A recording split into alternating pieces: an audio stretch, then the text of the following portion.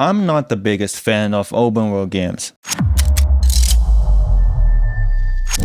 Hi there, I'm John. Welcome to this channel where I share my opinions. This video is a personal rant. You might agree, you might not, and that's totally fine. But hopefully I can give you a different perspective on why open world games aren't always as great as they seem. Whenever I see open world in a game's marketing, it immediately raises a red flag for me. Open world design can easily become a retention trick, something that keeps players wandering around for hours, creating the illusion that the game is worth the money, or at least enough to make you miss the Steam refund window. Speaking of red flags, I think a perfect example of what the worst kind of open world experience can look like is Mindseye. I think many of us witnessed the disastrous launch of Mindseye last week. It's kind of impressive how the game manages to get everything wrong. The marketing, the optimization, the gameplay, just a complete mess. The only positive thing it gave me, personally, is that it reminded me of those clunky movie tie-in games from the 2000s. Sure, a few of them were decent, but let's be real, that's not exactly high praise for a game released in 2025. Mindseye isn't technically an open world game, but I'm bringing it up for two reasons. First is the debut title from longtime GTA producer Leslie Benzies, which naturally led people to believe it might be the next GTA contender. Second, and more importantly, it's the half-baked open-world elements that actually inspired this video. Mindseye represents the worst-case scenario of what an open-world game can become. Just a quick reminder, I haven't actually played Mindseye myself. Everything I'm saying is based on reviews and the research I've done. I've got better things to spend my money on, but hey, let's make a deal. If this video gets more than 100 likes, I'll play Mindseye from start to finish and make a full video about it. So if you hate me that much, or not, go ahead and hit that like button. Mindseye's open world doesn't offer much beyond driving from point A to point B, shooting a few random targets, and then doing the exact same routine over and over again. Since the game is mostly linear anyway, these open world driving segments feel completely unnecessary, more like filler than anything meaningful. I've heard there are missions in Mindseye that literally make you drive all the way across the map just to talk to someone. Congrats! You just sank another hour into the game for a task that could have been done in a cutscene. I bet those retention numbers look great on a spreadsheet somewhere. It's moments like this that really ruin the idea of open world design for me. If there isn't anything meaningful to show the player along the way, why even include these sections? I believe that time and attention are the real currency now, and these kind of design choices show no respect for either.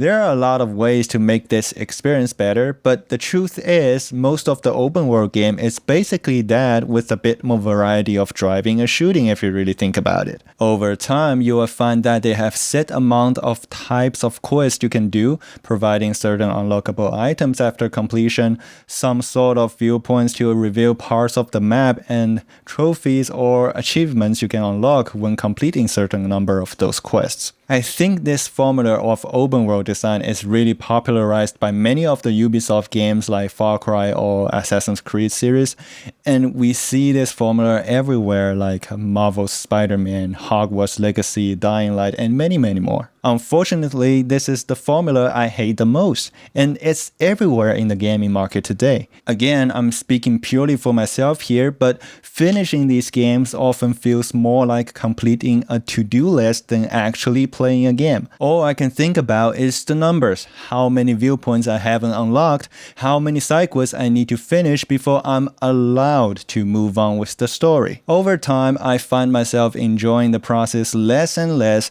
These elements feel more like obstacles than content, things deliberately placed to slow me down, and I believe if you strip them out, the experience would be much smoother and far more engaging. As a result, I usually just skip most of that stuff. I'm not someone who goes for 100% completion. If it doesn't add real value to the experience, I'd rather just focus on the main story and move on. You see, the problem with this formula is that the open world rarely feels like part of the actual gameplay. I want to shoot, I want to fight, I want to play the actual game, but before I can do that, I'm stuck ticking boxes. Finish this, collect that, climb this tower. After that, you may have some fast travel locations because the world is so boring that you wouldn't want to look at it anyway. It turns the experience into a checklist rather than a game. The main reason some titles succeed with this formula is because they either belong to beloved franchises or they offer solid core gameplay that makes all the extra fluff feel worth the trouble. But there are open world games I generally enjoy, especially Rockstar titles like GTA and Red Dead Redemption. I recently revisited Red Dead Redemption 2 to figure out what it does differently from the Ubisoft formula. Why doesn't it feel like I'm doing chores even though the game is packed with chore-like tasks? You have to manage resources, feed your horse, hunt, cook, even get a haircut now and then. The difference, I think, is that all of these things are actually part of the core gameplay. The world is so detailed and immersive that everything feels natural and purposeful. When the world building is that strong, the story just needs to connect the dots. The first few hours serve as a subtle tutorial, showing you what's possible without overwhelming you. And over time, those systems become second nature. You learn the logic of the world intuitively. If you want a haircut, you go to a barber shop. If you walk into a bar, you know you can pick a fight. It all just makes sense. And that's the beauty of it. There's always something to do. Maybe you are riding through the wild and spot a few rabbits, so you decide to hunt. Or maybe you run into some troublemakers and get into a shootout. Whether you are following the story or just wandering, it doesn't matter.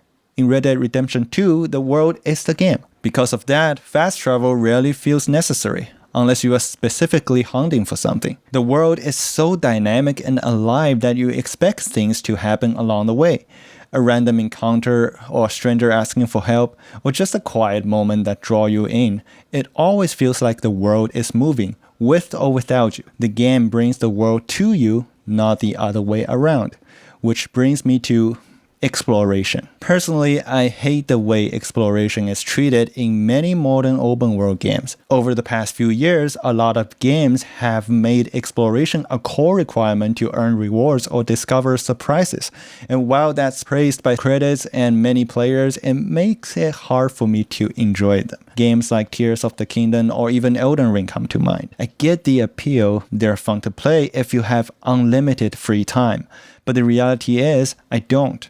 There are other things I need to focus on in life, and spending hours wandering around the digital world just isn't a priority, especially when I can't progress much through it after days. What frustrates me the most is that Elden Ring almost punishes you for not exploring. Skipping certain area or missing items can make the game significantly harder. You never really know how far you'll have to go to find the next save point, or even if you're progressing at all. After hours of so-called exploration, I often feel like I barely made any progress, and I admit I'm bad at the game, nothing to be ashamed of. Same experience also happened to me when playing Breath of the Wild and Tears of the Kingdom. I might miss some information along the way, which make getting key items much harder. At that point, I end up relying heavily on guides and tutorials just to make the experience manageable. And if that's what exploration means, then I'd rather not have it at all. I get that a lot of people generally enjoy the experience of discovery, solving puzzles, uncovering hidden paths, piecing things together on their own, and feeling that sense of achievement. But I'm just not that kind of person, especially when it comes to video games. We all play to have fun, and if it's not my kind of fun, I'm not going to pretend otherwise. That said, I can still appreciate that these games are carefully designed and packed with content for those willing to invest the time. And they're far better than the Ubisoft formula I mentioned earlier. I just don't have the luxury to fully experience them myself. What sets Red Dead Redemption 2 apart in my opinion is that it doesn't gate your progress behind exploration. Advancing the main story is always an option, not something you have to earn. That kind of freedom makes the game feel more manageable. I'm in control of how I experience the world, and that balance makes all the difference for me. What I need is a heads up on how long something is going to take, but I get that not everyone will appreciate that kind of guidance. And that leads me to something I've been thinking about lately. Is it really a good thing for players to have too many options in their gaming experience? Games like Tears of the Kingdom and Elden Ring all have the confidence to define how the game is meant to be played. None of them include difficulty settings, and that's a deliberate choice. It creates a very specific experience, and while it might turn some players away, it also results in a more loyal and dedicated player base, and that's not a bad trade-off. I bring this up because of Doom: The Dark Ages. This game offers a wide range of difficulty options and customizations, even though the core gameplay already seems significantly easier than the previous entry. I'm not saying that's a bad direction, and I totally understand the appeal of tailoring a game to your own comfort level, but is it too much? When developers stop defining a clear experience and try to accommodate everyone, the game starts to lose its charm. So even though I'm generally not a huge fan of open world games, I still get why people love them. At the end of the day, it's all about knowing what you enjoy and what you don't, and having the confidence to speak up about it. That's why I'm making this video and why I'm starting this channel in the first place. Also, I just hit 100 subscribers this week. Huge thanks to every single one of you for supporting the channel and enjoying the content. Anyway, that's my rant about open world games. I'd love to hear your thoughts, so drop them in the comments below. And yes, the promise still stands. 100 likes and I will play through Mindseye from start to finish. You know what to do. Thank you for watching, and I'll see you in the next one.